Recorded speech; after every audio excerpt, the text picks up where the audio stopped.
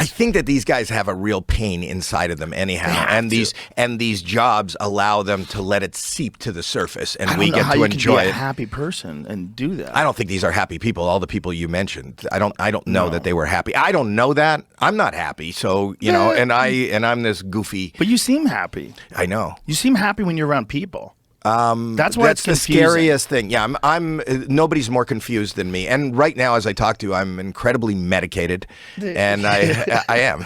What do they get you on? I'm not talking about what I'm on because people, it may not be good for you, and I don't want people to take. Well, that's very admirable of you. Yeah, but I get help. I'm surrounded by people. The dichotomy between how I feel and what I do is huge. You know, I'm a fucking mess.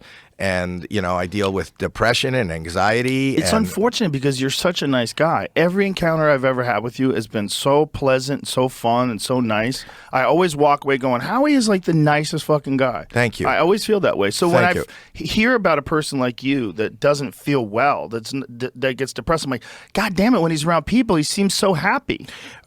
I'll tell you why. Because, like, in this moment, I'm talking to you. So I'm in this moment, you know, listening to you, responding to you. Right now you're happy. I'm distracted. You know, so I am. Because the worst thing for me is quiet time. You know, I don't like nighttime. I don't like when I get into my own head. That's why I like stand-up comedy, because in those moments, you're just in the moment because you have to be. You know, I could, if I veered off into the darkness that is me and not listening to a word you're saying and not trying to respond, I'm just trying to, you know, I feel like I'm balancing on this little ledge all the time. And these words and these interactions are my cable that hold me on this side of it without falling off.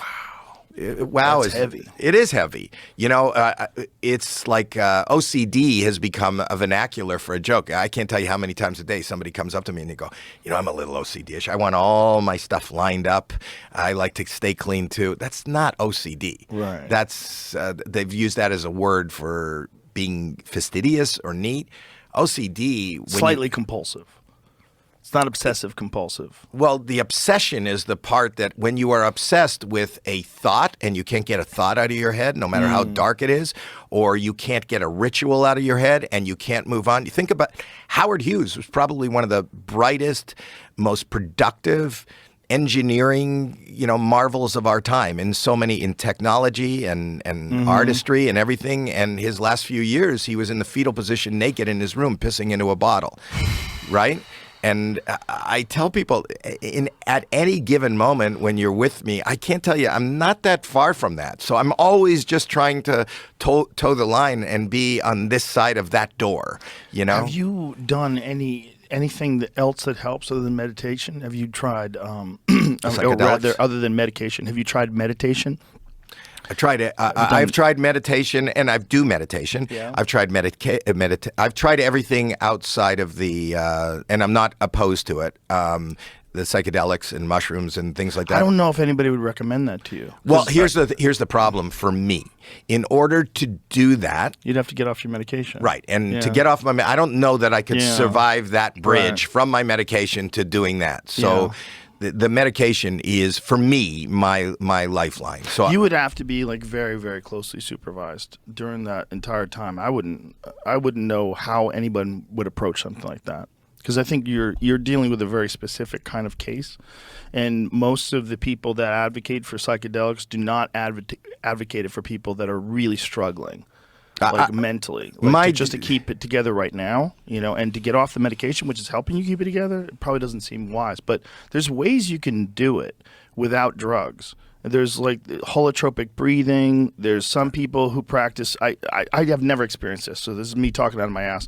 But I have direct connections with people that have done Kundalini yoga. There's a specific style of Kundalini yoga, specific way that you can achieve these bizarre states, altered states they're similar to like mushrooms or a DMT experience. They're similar to psychedelics. According to people that I know that have actually done the psychedelics and have gotten obsessed with Kundalini, and they say they can get to that place on their own.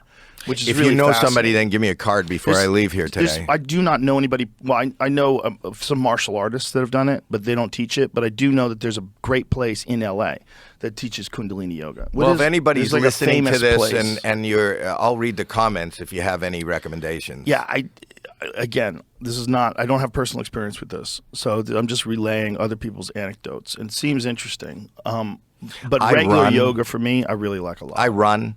Running's great. But running, I use it as a meditation. Sure. I don't even listen to music. I just listen to I do it on a treadmill, and I just listen to my feet hitting the treadmill and my breath, and I'll do that for an hour. That's amazing. Every day. That's fantastic. It's good for my physical health, but it's also better for my mental health. So to me, that's kind of a medication. It is a medication. Yeah, it is a medication. And a meditation.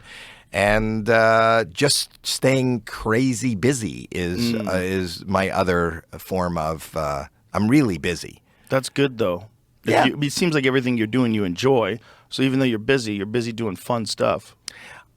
Most of the time, but I have this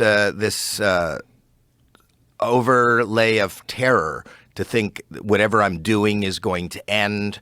Whatever I'm doing will get me in trouble. You know, like the truth of the matter is, when I found stand-up was the most freeing thing in the world.